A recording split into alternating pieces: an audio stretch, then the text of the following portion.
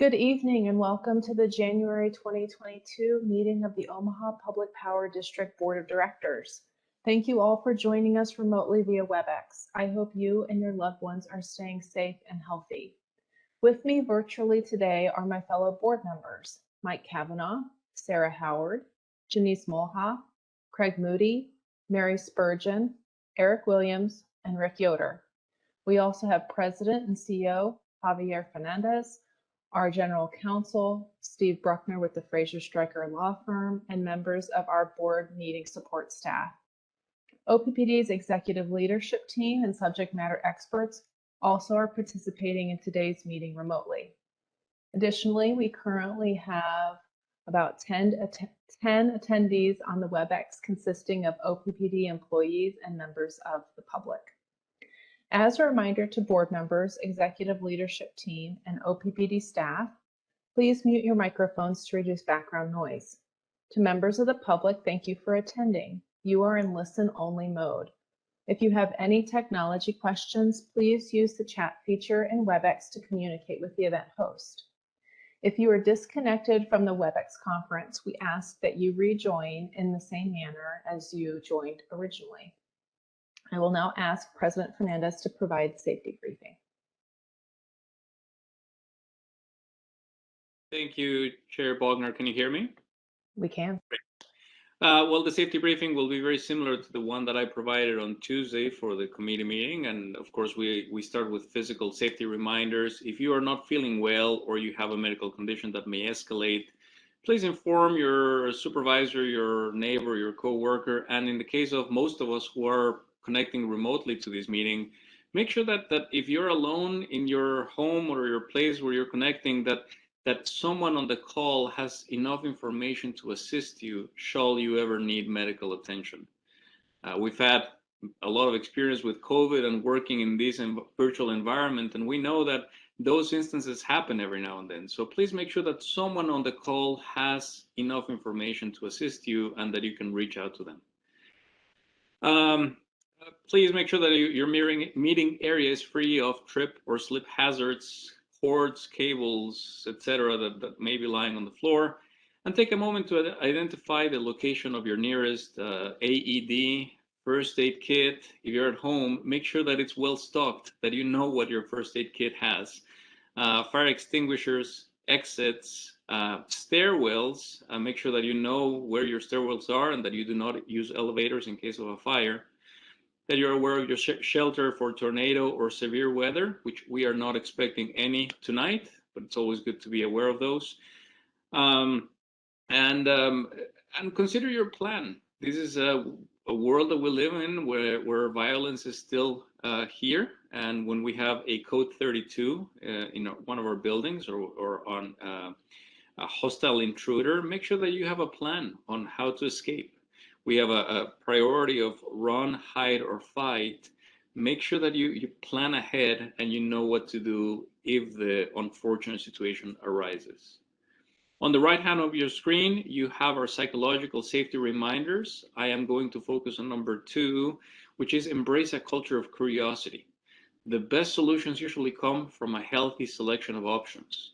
Allow people to experiment, to innovate, and to develop ideas or suggestions that are different. This is how we all become better, and this is how we continue to foster a culture of psychological safety for everyone to feel comfortable expressing their opinions. Ms. Henry, if you can please go to the next slide. Our current safety focus is similar to what we had in December. It's walking, working, and driving in winter conditions continues to be a focus for our safety. With freeze, thaw, and still patches of ice on the freeways, and especially on neighborhood streets, be careful. We've been preparing for this cold weather and all the associated hazards for the last few months. And so it's here. Let's make sure that the sunshine doesn't deceive us as we're out there driving and walking in these conditions. Sprains, strains, and tears continue to be a focus of us too. Mr. McCormick gave a really good presentation on Tuesday and reminded us of how important it is for us to keep in mind the proper body position, proper warm-up ergonomics before we start a task or any activity that will require our bodies to perform in a different way than we're used to. And last but not least, stop work when you're distracted, when you're unsure or confused about the work that you're going to perform. This includes all the work that we do at OPPD on all the areas, but also the work that the activities that we are all doing on a daily basis, like driving, getting in our vehicle and driving, making sure that you are focused, that you know exactly what you're doing. Oftentimes, these daily routine activities make us distracted and really lowers our safety awareness. And with that, that concludes my safety briefing. Thank you very much. Now let's run through our guidelines for the conduct of the meeting. This regular board meeting will follow the agenda made available to the public on OPPD.com.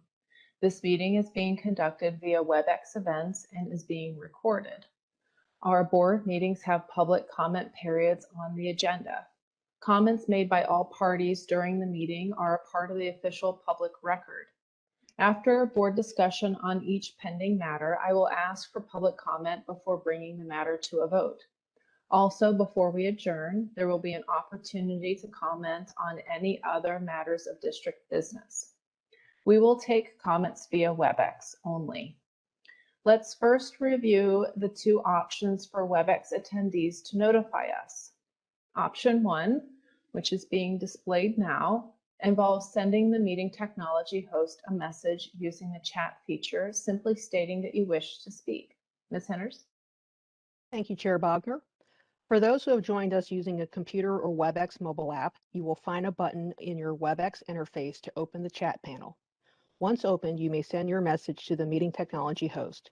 Requests to provide comments will be relayed to Chair Bogner for recognition during the public comments section. Option 2, which is displayed now, involves the hand raise feature. Ms. Henners? WebEx allows attendees to virtually raise their hand. You may use this feature to indicate to OPPD that you wish to be recognized to provide comments. The hand raise button can be found by opening the participants panel in WebEx and moving your mouse over your name as displayed on this slide. After you have provided your comments, please press the hand raise button again to virtually lower your hand. And for those who have joined us using only a telephone, WebEx has a hand raise feature that is activated by pressing *3 to raise and lower your hand. When we see your hand raised, we will acknowledge you by referencing a portion of your phone number. For example, caller with the phone number beginning in 402123. If you wish to provide comments when recognized, please wait a brief moment to be unmuted and begin speaking.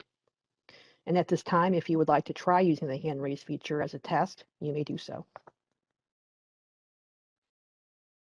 I'll allow plenty of time at each opportunity for public comment for members of the public to provide notification via WebEx. When I call on a member of the public to speak, our meeting technology host will unmute your microphone. Before commencing your comments, I suggest you first affirm that we can hear you. Please state your name and address and state the name of any organization or person you are representing. Organizations should choose one representative to speak on their behalf. Each individual will be allotted 3 minutes per matter pending at the discretion of the board. To assist you, we will display a timer on the WebEx screen to ensure each member of the public receives a consistent amount of time. Ms. Henners will signal you when 30 seconds remain, as well as when time is up.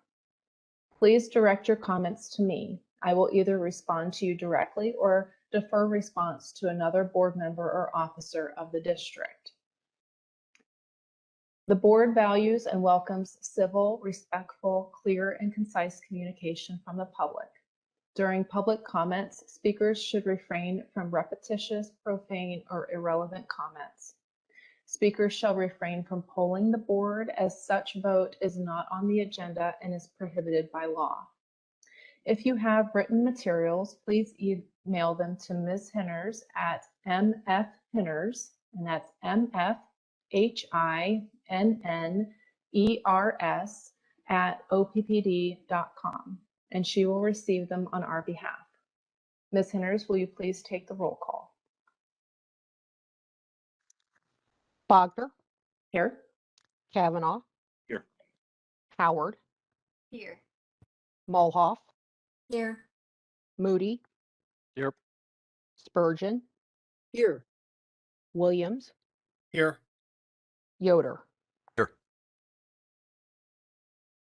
Notice of the time and place of this meeting was publicized by notifying the area news media, by publicizing same and outlets newsletter on OPPD.com and on OPPD.com, by displaying such notice on the arcade level of Energy Plaza since January 14th, 2022, and by emailing such notice to each of the district's directors on that same date.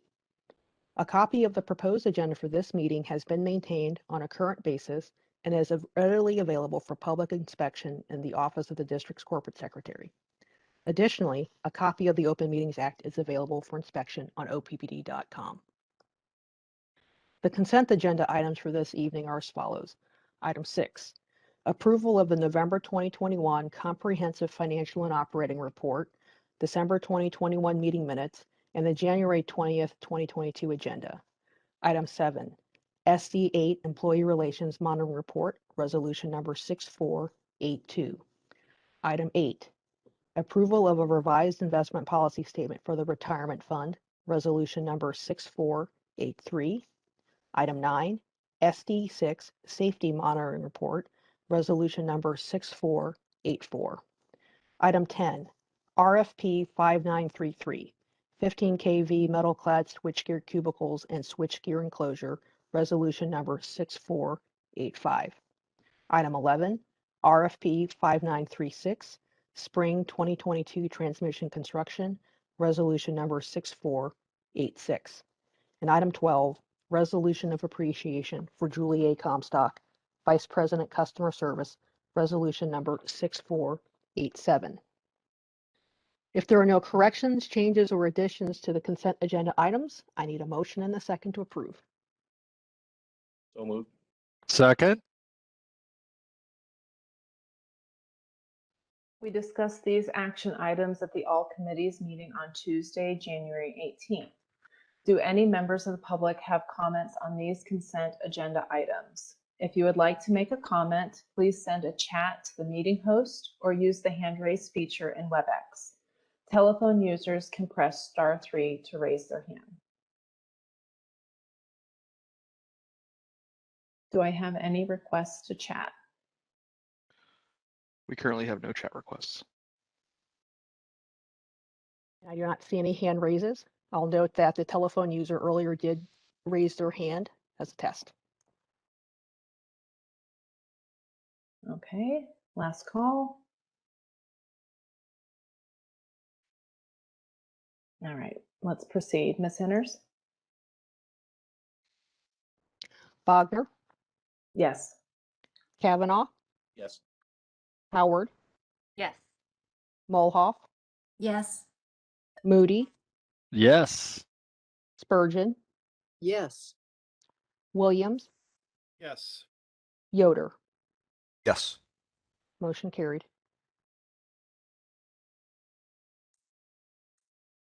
Agenda item 13, Board Officer Elections, Resolution number 6488.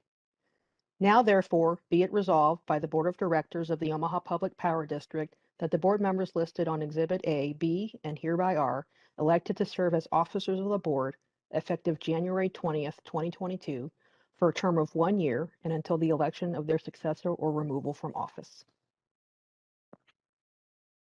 Motion to approve. Second. Thank you. Okay, I'll tee this up real quick. Colleagues, good evening. As you may recall, back in October during our workshop, we had a beneficial and fruitful discussion with respect to the opportunity to more seamlessly transition from one calendar year to the next. And this is the fruit of our work. The intent here is for the board officers to stay the exact same as they were in 2021. So the slate that you have in front of you is that slate. For those of you that have been through this process before, typically we would go through nominations and votes, et cetera, for each one of these positions. But because of the fact that we've had this discussion over the course of the last several months, and there's pretty clear alignment towards the desire to do this, we're not going to do those nominations in that manner today. So what is in front of you, we will be voting on this slate in its entirety.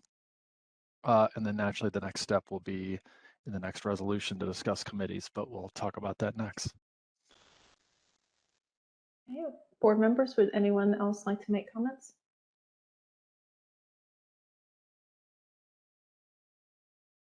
All right. Do any members of the public have any comments on this action item? If you would like to make a comment, please send a chat to the meeting host or use the hand raise feature in WebEx. Telephone users can press *3 to raise their hand.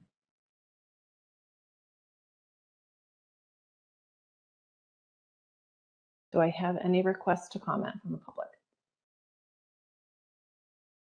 I have no chat requests, Chair Barker. And I have no hand raises. Okay. Ms. Henners, will you please call roll? Bogner, Yes. Kavanaugh, Yes. Howard, Yes. Mulhoff, Yes. Moody, Yes. Spurgeon, Yes.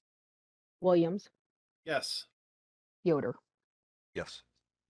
Motion carried. Agenda item 14, Board Standing Committee Assignments, Resolution number 6489. Now therefore be it resolved by the Board of Directors of the Omaha Public Power District that the 2022 Standing Committee Assignments of the Board, as outlined on Exhibit A attached hereto, be and hereby are approved. Motion to approve. Second. Thank you, Director Yoder. Similarly, the desire to transition from one year to the next and avoid any friction in the work that we have underway in the committees was expressed at our October workshop. So for the most part, these committees do remain the same. The committee chairs are the same, but I'm going to actually turn it over to you, Director Bogner. It is the chair's responsibility to assign committees and bring it before you as a board. So I'll let you take it from here, Amanda. Yeah, thank you. So when we were looking at the committee alignment for this coming year, I wanted to take into consideration a couple of things. We wanted to keep the majority of each committee the same so that the work that's underway has some continuity into this next calendar year, which is also one of the reasons why the leadership was desired to remain the same as well. However, I wanted to also make sure that we had two committees that kind of represented four members of the board and 4 members of the board. In the past, when we've been able to do that, it's helped facilitate some internal discussion on non-committee specific topics. And so that has been a valuable tool for us to use in the past. And this past year, we've had to move some things around. It hasn't compromised communication significantly, but it's made it a little bit more difficult to execute. So by moving Director Spurgeon into the Public Information Committee, that gets us four directors there, and then the Governance Committee is the other half of that.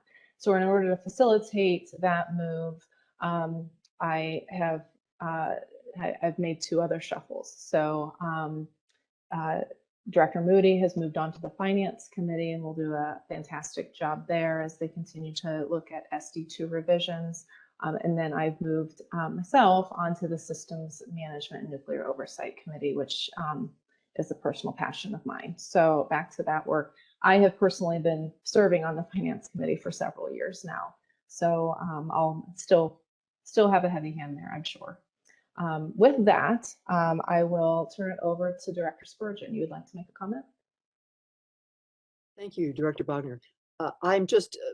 I've very much enjoyed being on the System Management and Nuclear Oversight Committee this year. I've learned a lot, but I'm happy to give that up to be able to remain on the Finance Committee, which I am starting to learn even more about its many duties. So I'm pleased that I'm able to be on there for another year and deepen my understanding of what's happening there, and welcome the opportunity to move on to the Public Affairs Committee. Thank you.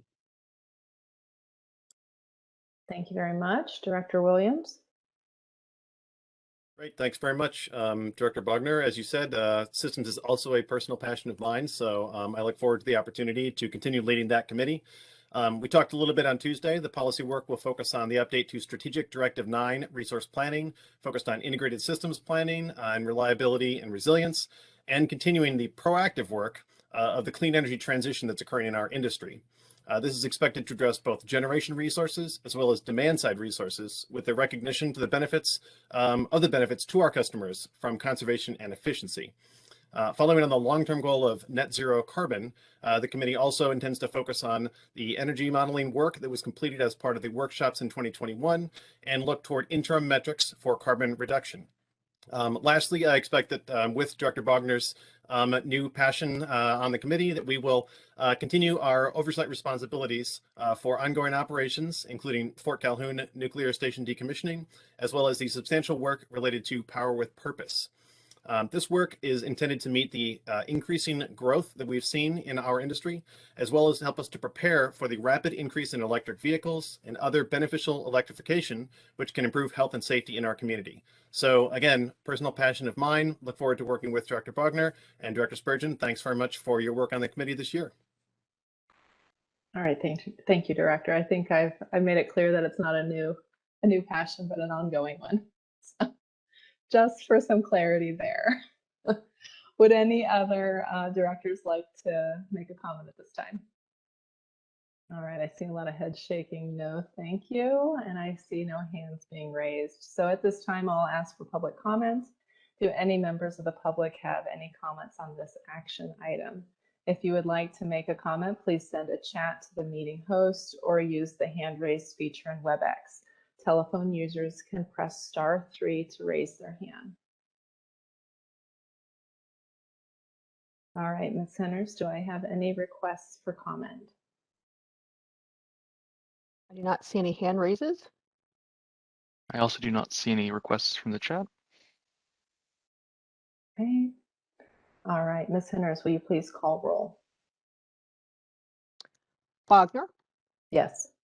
Kavanaugh, Yes. Howard, Yes. Mulhoff, Yes. Moody, Yes. Spurgeon, Yes. Williams, Yes. Yoder. Yes. Motion carried. All right, next up on our agenda, we have the President's report. I'll turn it over to President Fernandez. Thank you, Chair Bogner. I will start my President's report, as I always do, with a summary of our generation capability, our status of how our generation ran in the month of December. December was an interesting month on many fronts, but one of them was it was a pretty warm December. And so that allowed us to do a lot of a few changes and do maintenance on some of our units that typically we wouldn't have that capability. So that presented itself with some opportunities. There were a few outages that were unplanned, and between the planned outages and some maintenance, you can see here the capacity factors for Nebraska City Unit 1 and 2 in the 50 and 56% respectively. North Omaha Unit 4 and 5 were in the 57 and 47%. This is lower than usual, but again, it responds to the two factors that I just mentioned. Part of it is the weather we had and the planned and unplanned outages as we prepare for the cooler months that we are having now in January and certainly coming in February and March. Next slide, please. Our December peaking generation performed as expected. Also, as the weather changes, we tend to use our peaking stations more. Even though I said that December was warmer, it certainly was warmer, but we also experienced big changes in temperatures. We would have swings of 50 to 60 degrees between one day and the next, and that really challenges our generation and integration of all of our resources. So this is where our peaking stations come into play really well. That's one of the things that we are expecting them to do. Our Cass County, both units in our Cass County station, the combined capacity factor was 6.5%. Jones Street ran very little, less than 1%. North Omaha units 1, 2, and 3 did not run. They typically don't run in the winter months due to fuel availability or lack thereof. These units are usually available in the summer. Our Sarpy County station, the combined capacity factor for all 5 units was 7.4% for the month of December.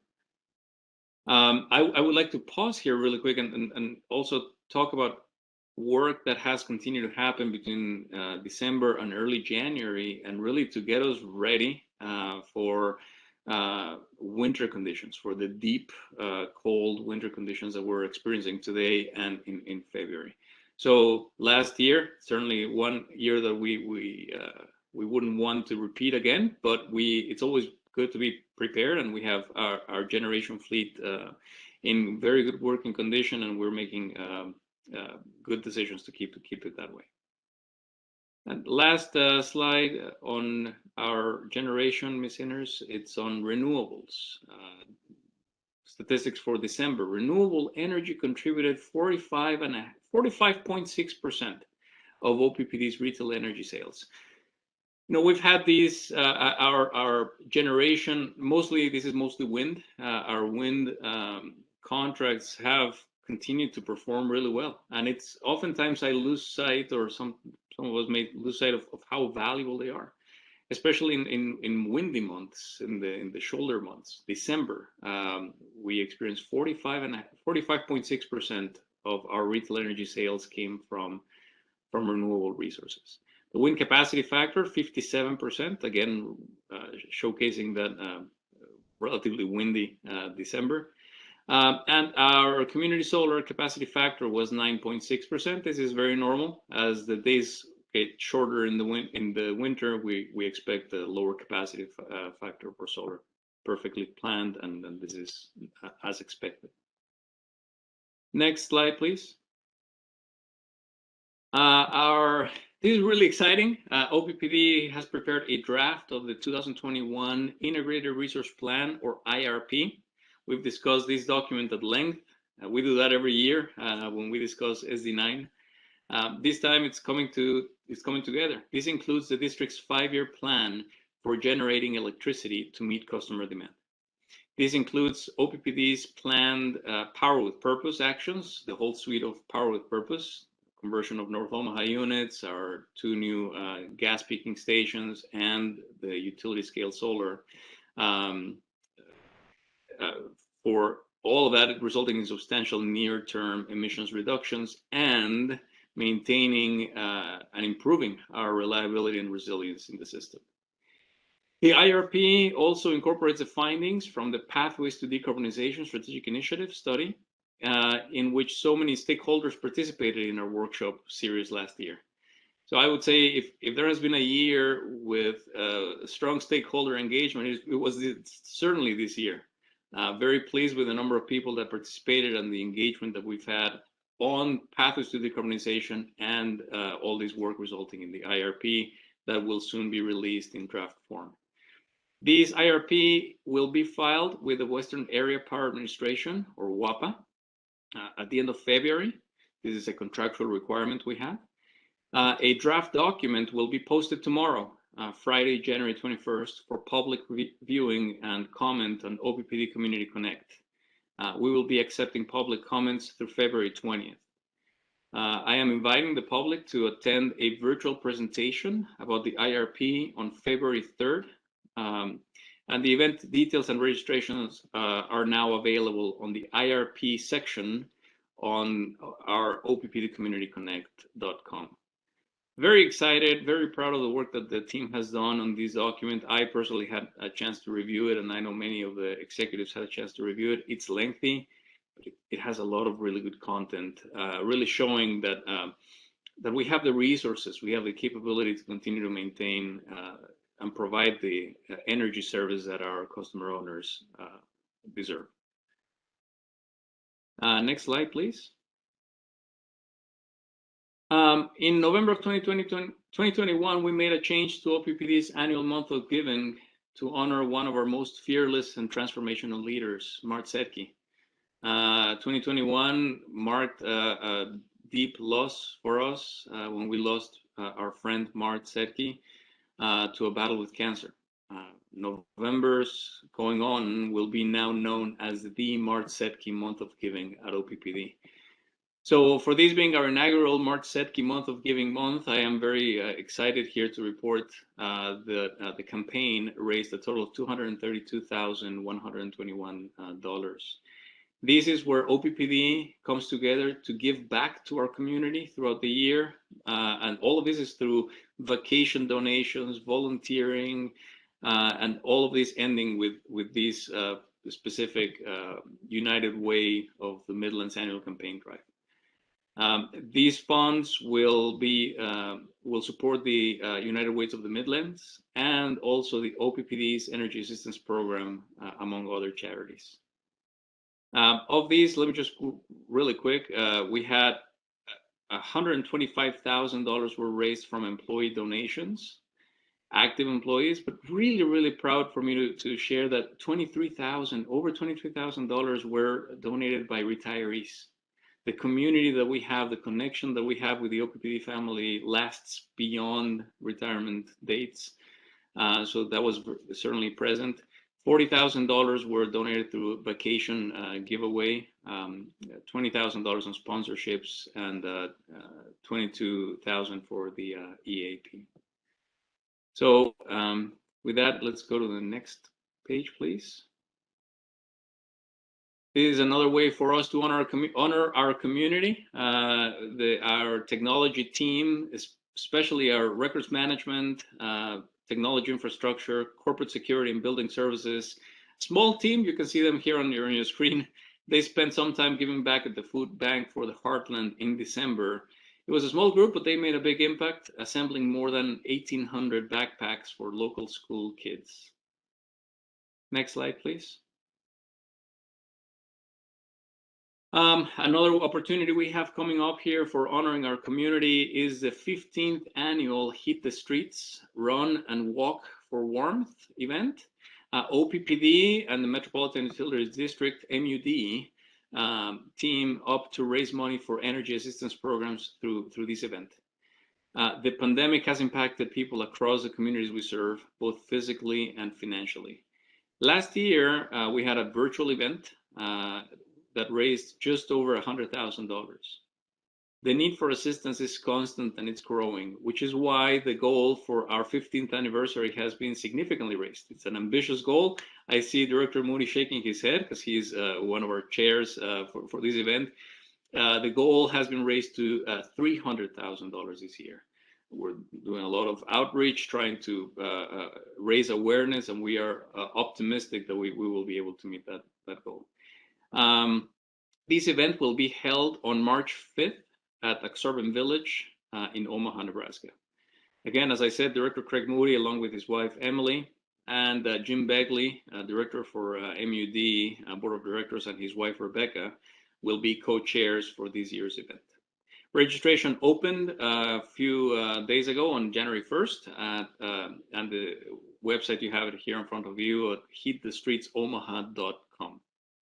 Right now, we are scheduling the event to be in person. We're keeping our fingers crossed, but of course, we are monitoring conditions, and we may move things to be virtual if needed. But for now, we're still planning for this event to be in person. I am hoping for a little bit of warmer weather for us to do the walk and the run. Next slide, please. This is really exciting. Our new energy education program, OPPD, alongside our partners at the National Energy Education Development, or NEED, we're excited to launch our new energy education program for educators across our service territory. This program brings to life energy education in the classroom by combining energy workshops for teachers and hands-on STEM learning activities aligned with the Nebraska State Standards for Science. The program is tailored for 3rd to 5th grade teachers, where educators are invited to participate in energy education workshops to receive a hands-on STEM kit for their classroom. So it's a multiplier program where we invite educators and then they can go out and share this information with their students. This kit will get students learning about the science of energy, working with their peers, and learning about how energy and OPPD are part of their everyday lives. Workshop attendees will also have exclusive access to classroom lessons provided by OPPD staff. This is another very proud thing that we do with OPPD staff volunteering and sharing this information amongst different topics related to energy. The workshops will begin in February for these semesters, and we're planning additional workshops to be held in the summer to coordinate with teachers' schedules, etc.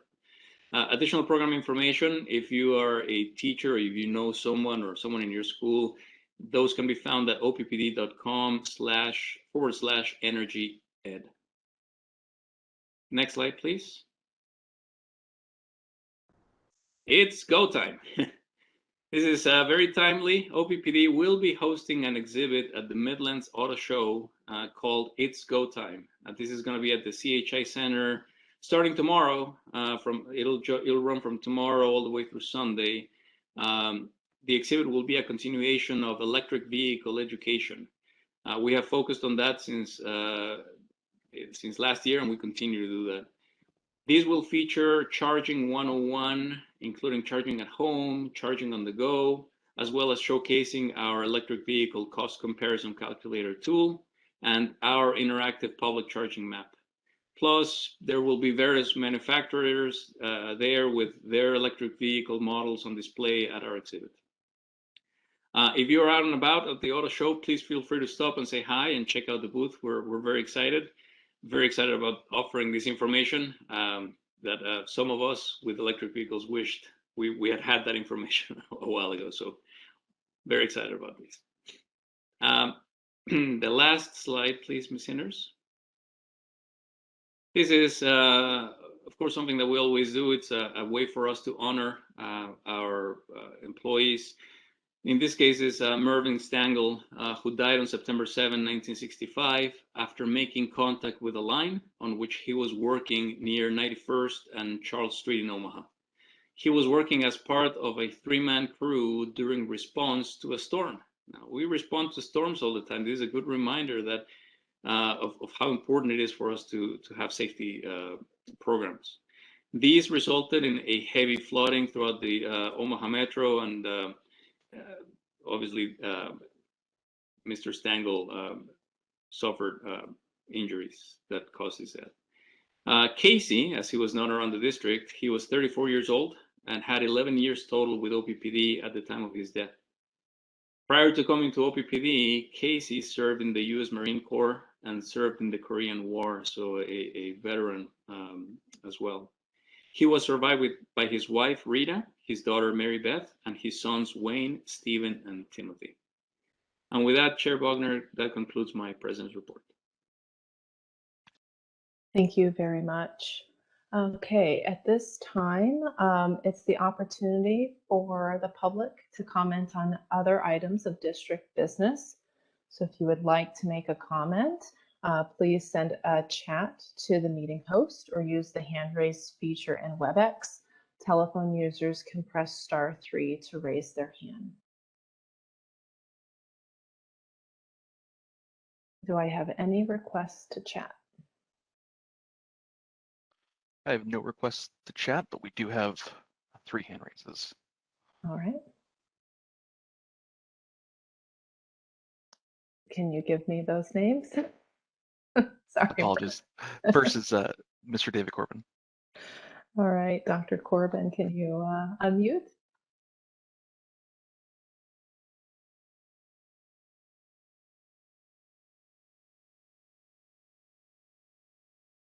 Hello? Hello, we can hear you now. Thank you. Okay, good.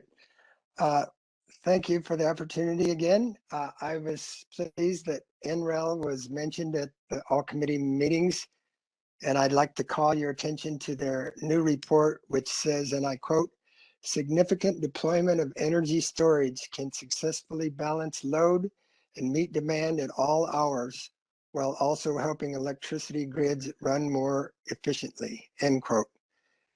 I was also surprised to hear at Tuesday's all committee meeting that it doesn't appear that hydrogen is part of the planning for the new peaker plants. And at some point, I'd like to hear more about what that is, because we've also been told that it could be that those peaker plants could run on hydrogen. And I'll end with my broken record that I've been asking for several months. When will the new Green Fund program, or whatever its new name is, when will that be rolled out? And when will the information about charge point EV charging be made available, especially since you're, and I'm glad that you are, going to be at the auto show and be promoting electric vehicles. Thank you. Great questions. We always like to hear those. So, Mr. Fernandez, would you like to address any of that? Yes, thank you. And I forgot to mention these, Dr. Corbin. We appreciate your feedback. We are planning on sharing information on electric vehicles. I believe it's next month. The team has been working very hard, and we're planning on sharing this information. It's coming.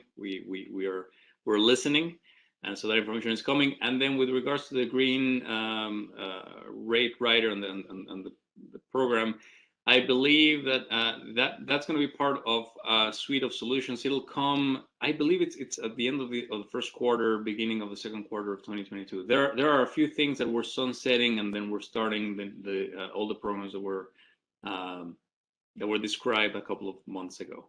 But it is coming. It's coming soon. I can get you that information.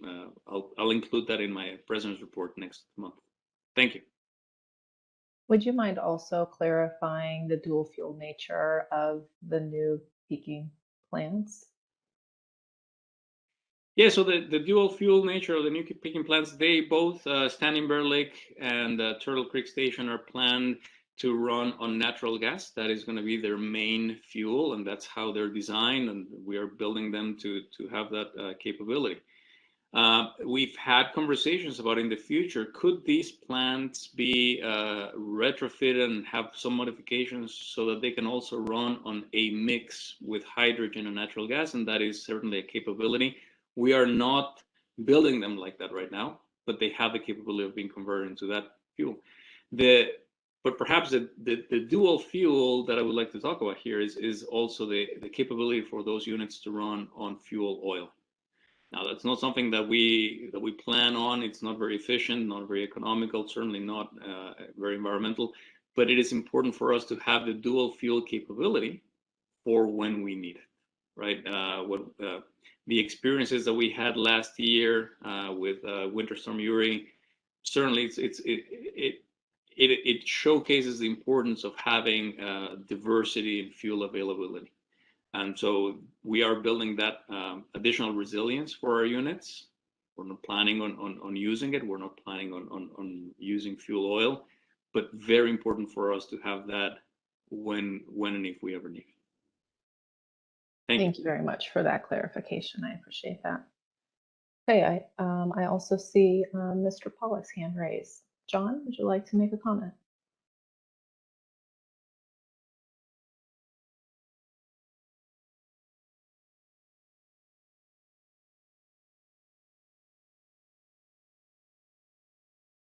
Can we unmute Mr. Pollock, please?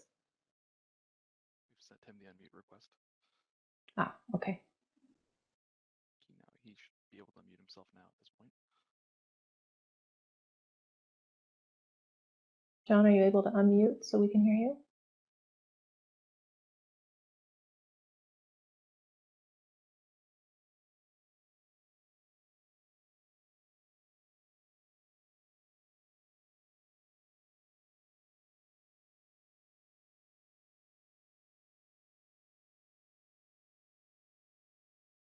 Mr. Pollock, we'll come back. I'm not sure what the technical difficulty is right now. It looks like we have two other Callin users. So Brent, why don't you tell me the first one, please? Callin user with the phone number beginning in 402-208. Okay, let's go ahead and unmute. And if you could state your name and address and any organization, please do so. And I believe for our Callin user, you may have to press *6 to unmute your line.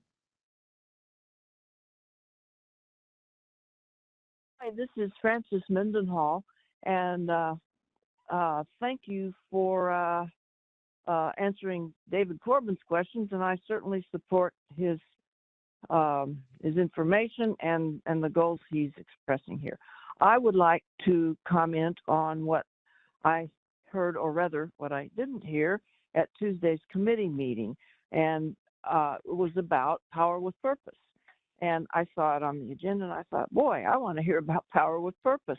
Of course, what I'm interested in is the solar part, and there was not a word about solar in that report. So I wonder if you can give me any updates on how that part of power with purpose is coming.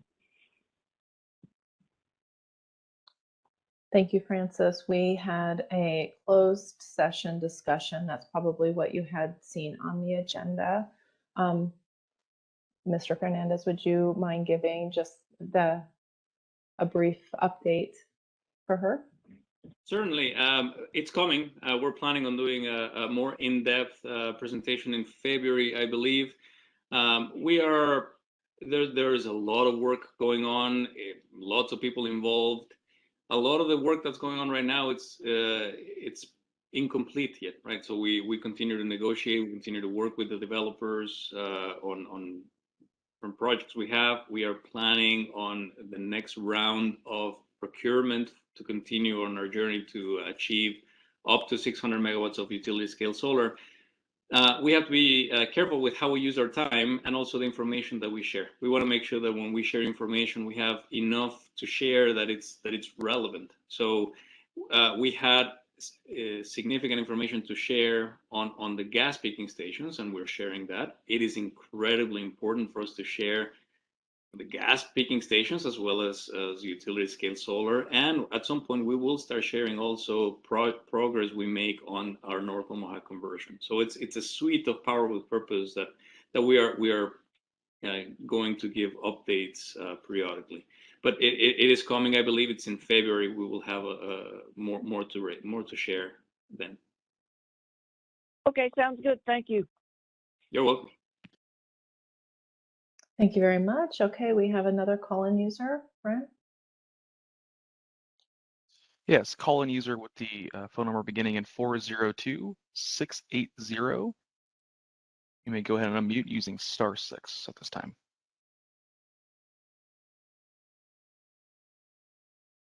Okay, Hello? please.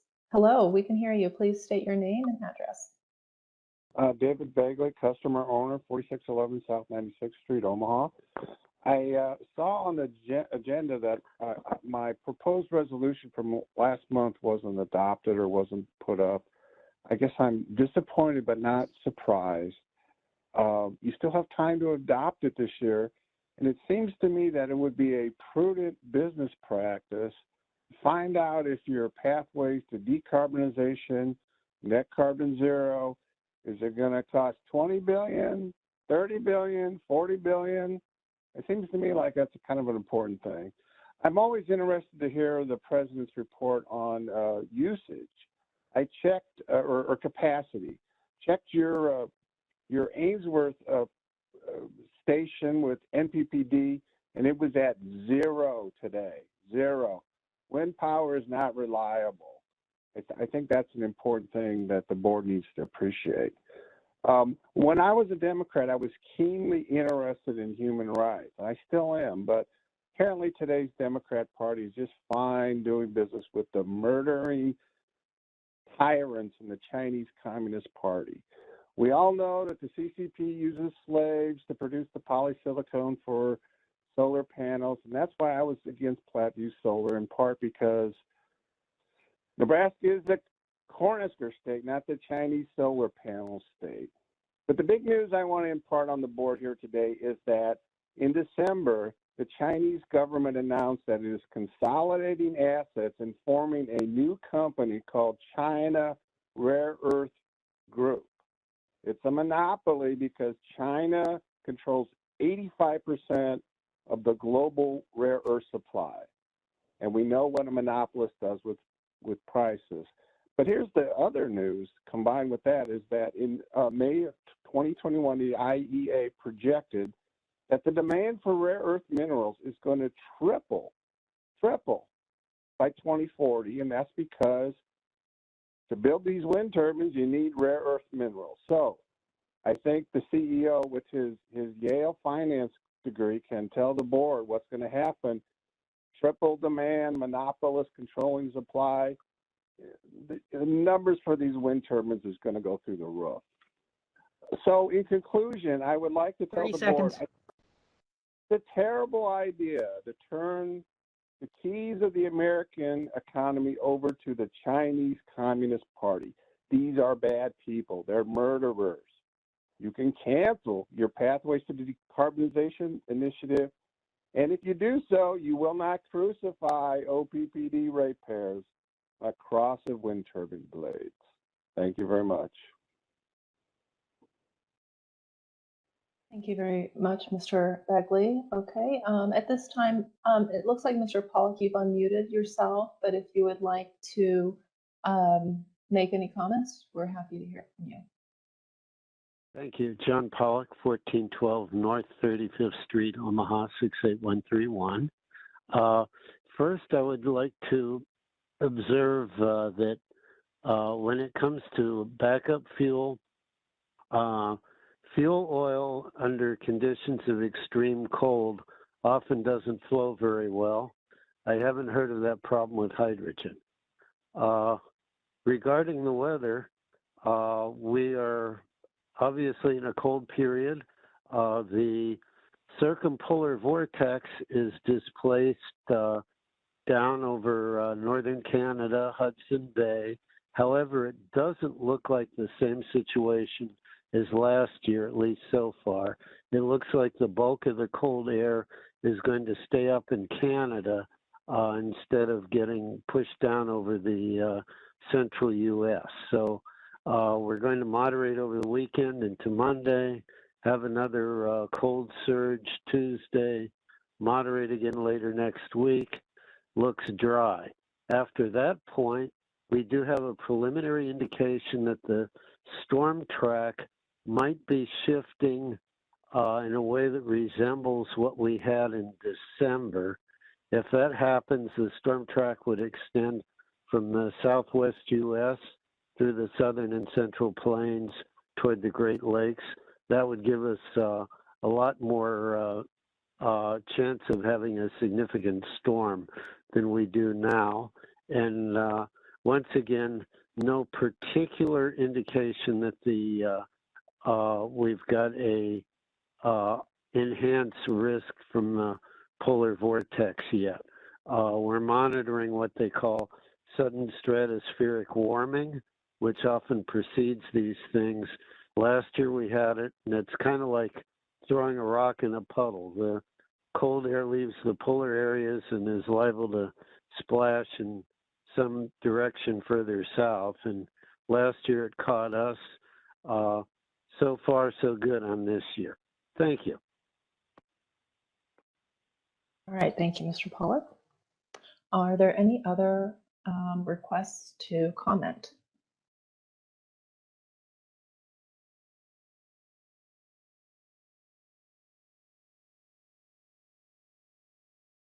I see no additional chat requests or hand raises. I do still have stale hand raised from our Callin user. Okay. Oh, it just went away. All right, I think if that is it, then we will adjourn the meeting. Thank you very much, all. Have a good evening.